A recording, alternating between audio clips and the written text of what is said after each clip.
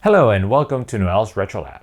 Today we're going to be looking at the Multiface II for the Amstrad CPC, and I don't even have one to show you here because I don't own one. So join me today as we build a kit from scratch, we test it out, and we learn everything that the Multiface II is capable of doing. The Multiface II was one of the most popular expansions for the Amstrad CPC. It was manufactured by Romantic Robot. Yeah, that's quite the company name there. It was advertised for the first time in the Amstrad Action issue of December of 1986. From then on, it became a regular in the advertising and review sections of a lot of Amstrad magazines up until the end of the Amstrad's life in the early 90s. And what exactly is this Multiface II? It's a very clever device that actually does a bunch of different things. First of all, you could pause the game at any time. This is something we take for granted nowadays, but it was not something that games were prepared to do back in the day. Then you could also take the current state of the computer and save it to disk or tape. Again, that's something that games were not supporting at the time. And then there were several technical tools that the Multiface II provided, and we'll see examples of those later on. This is actually a device that I've always wanted as a kid. I kept seeing it over and over in the magazines and it looked fascinating, but I never had a chance to own one. Recently, I looked into getting some, but they are not very easily available and they tend to be rather expensive. One of the things that I find fascinating about working with this kind of old technology is that today people with modern technology are able to reverse engineer that old hardware. Sometimes they can learn a little bit more about it, and then sometimes they can decode everything and completely reverse engineer it. And this is the case with the Multiface II. It was completely reverse engineered several years ago, and so today we can make clones of the Multiface II. I'm going to put the links down in the description of some of the pages where that work went on. So I joined a project in a forum where people were getting together and creating multiple PCBs and getting all the components for the Multiface II clone. And it's all relatively inexpensive, so I got one sent to me, and we're gonna try it right now. So everything we need for the Multiface II clone comes in a very small package, so let's open up and see what's inside.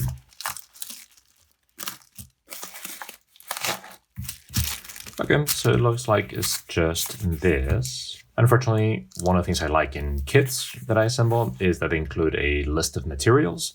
That way I can make sure that it has the right resistors and transistors and everything in general, and that I'm not missing any pieces. Here, we're just gonna have to go by the layout of the PCB and some guesswork. So it actually looks like a really simple kit. We have the PCB.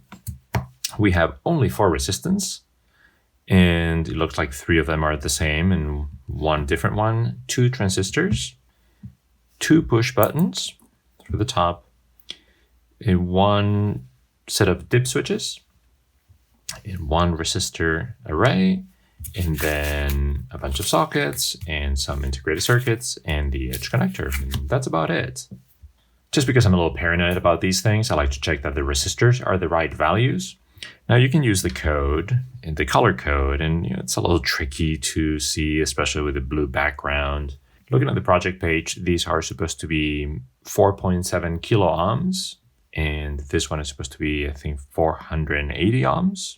But we can also just check with the meter. Let's try with this one. And yep, 480 ohms. And these two, probably, they have the same colors. It's just a different multiplier. So they should be correct. 4.7 kilo ohms. There you go. And let's do all 3 of them just to be sure. Yep.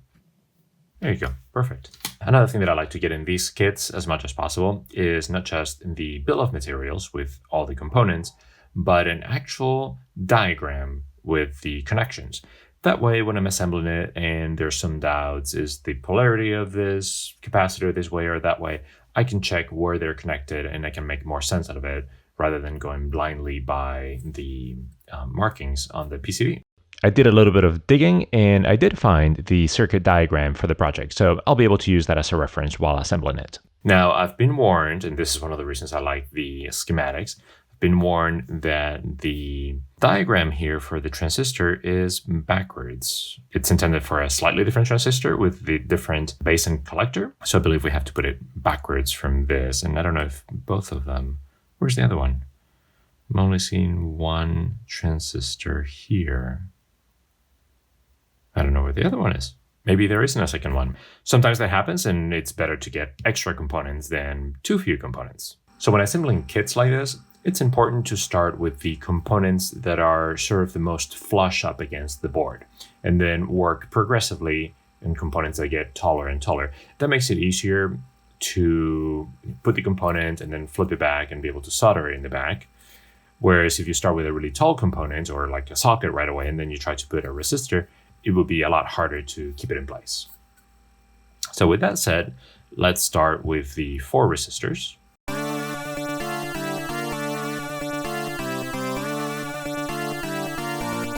Okay, that's all the sockets. I think the video footage was lost when I was explaining earlier that when you put the sockets, it's important that you match the notch on the sockets with the diagram underneath.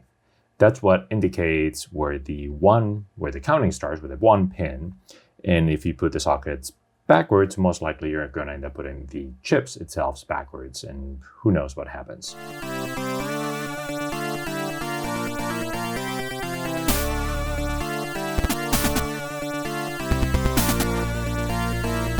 So a transistor has a rounded side and a flat side.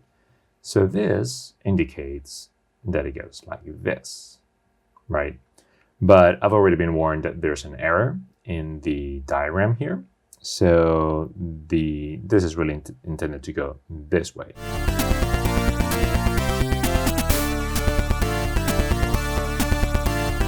Okay, this is everything. This one, we decided we don't need the extra transistor. And all we have left is the edge connector.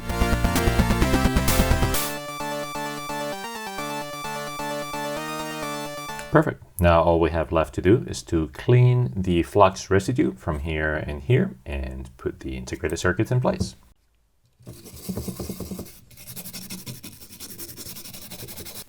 And now we soak up the alcohol with the flux itself.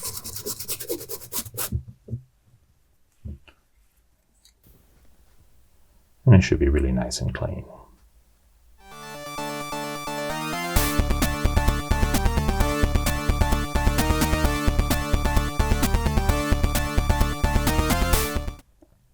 All completed. Let's test it out now.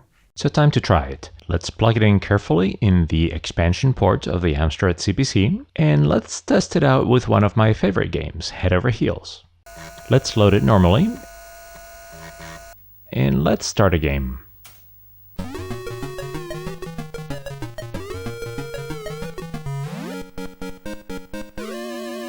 Yeah, this brings back memories.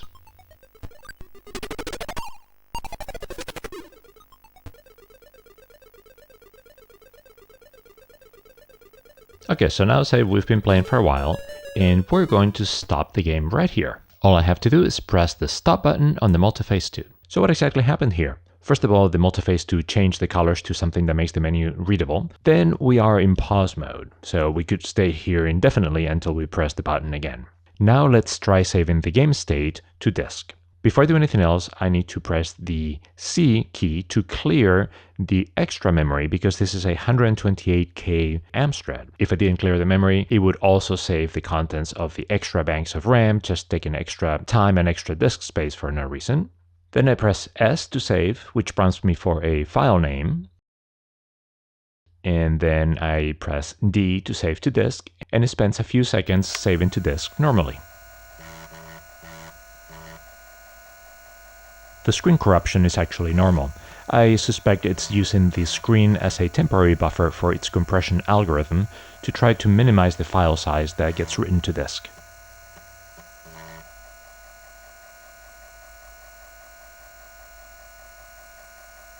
I'm actually not editing any of this out, just so you know exactly how long it takes to save something, which is really not that long.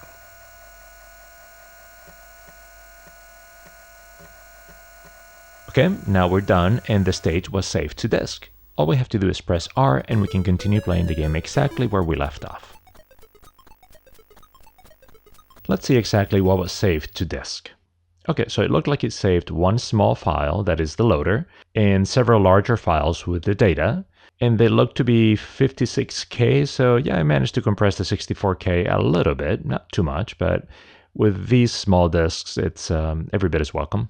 Now to launch the game at the state in which we saved it, all we have to do is run that loader program while we have the Multiface II interface connected.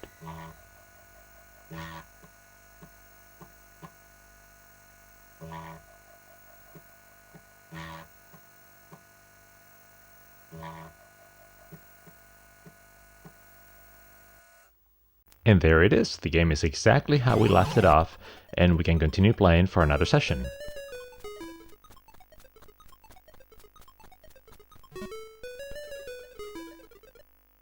Alright, let's see what else the Multiface II can do. Let's go back to our saved game and press the stop button to get into the Multiface menu. From here, pressing T goes into the tool menu, which gives us a variety of options. So to start with, we can examine the registers in the Z80 one by one and scroll through all of them. We can open up a window with a memory dump. We can write directly into the memory. We can even get access to the colors of the current palette. All in all, this is a super useful, deep technical tool that could have been used for many things. It could have been used to examine how programs worked very closely. It could also be used to hack programs and bypass copy protections, of course.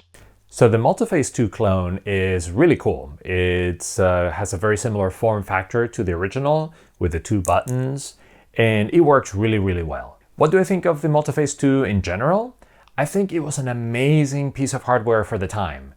I kind of wish that I had it as a kid because it would have been awesome to be able to pause games, to save games. I mean, I remember stopping games and leaving them running all night, hoping they would still be running in the morning so I could continue playing.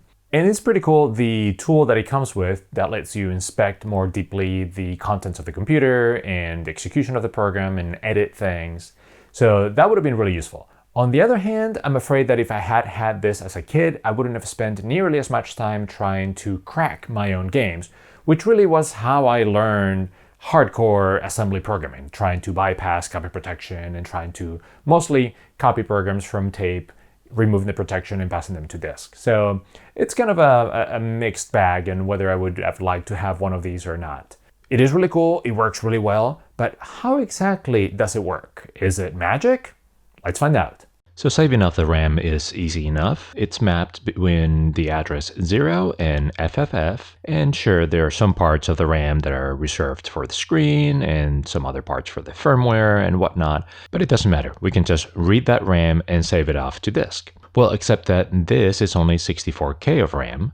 We're using an Amstrad CPC 128, which has 128Ks of RAM, so where's that extra RAM? It turns out is in another bank, parallel to the initial bank of RAM that we just saw. You can think of that bank as being broken down into 4 blocks of 16K, and we can map any of those blocks into the memory addressing space. So to save those, we just need to iterate through all 4 of them and map them there and save them out. Pretty straightforward. But it turns out that saving the RAM is not enough to save the full state of the computer. These are some of the integrated circuits in the Amstrad CPC, and we've taken care of the state in the RAM. But there is a small amount of state in many of the other chips, like the gate array, CRTC, etc. The problem with those little bits of data in those integrated circuits is that most of the time you can't read them back. You can write to them, but you can't easily see what value is stored in there.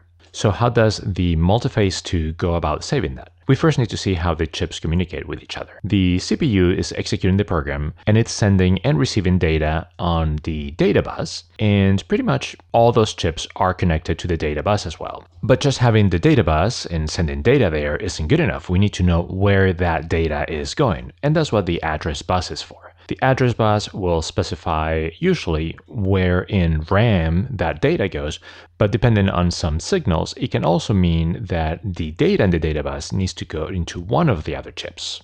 In addition to that, we have a few extra lines of communication directly from some of the chips. So let's see how the CPU gets to send some state, for example, to the CRTC. So the CPU first puts out some data in the data bus, which gets propagated to all of the data bus. But here's the question, who's going to read that data? Is it going to be the parallel interface? Is it going to be the gate array? We don't know yet. And that's what the address bus comes in. The CPU then uses the address bus to signal who this is intended for, and it puts it on the address bus.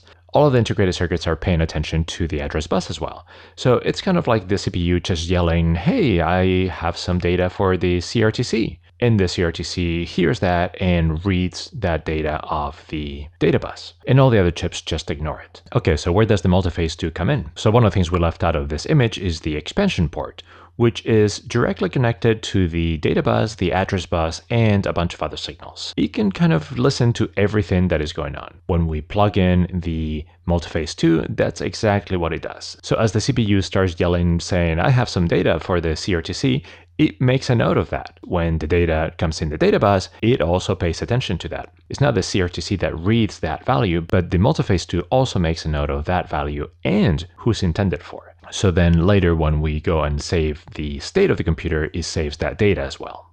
Let's run some tests and see if we can detect that state being saved on the Multiface.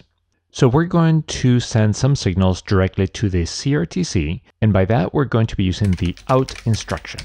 This first one tells the CRTC which register we want to write to, and this one sends the value to the register we've already selected. This one in particular changes the vertical sync, so the higher it is, the further up the screen is going to be, and if we change it to something lower, the screen is going to move down. Okay, but we're going to leave it at 28, just like that.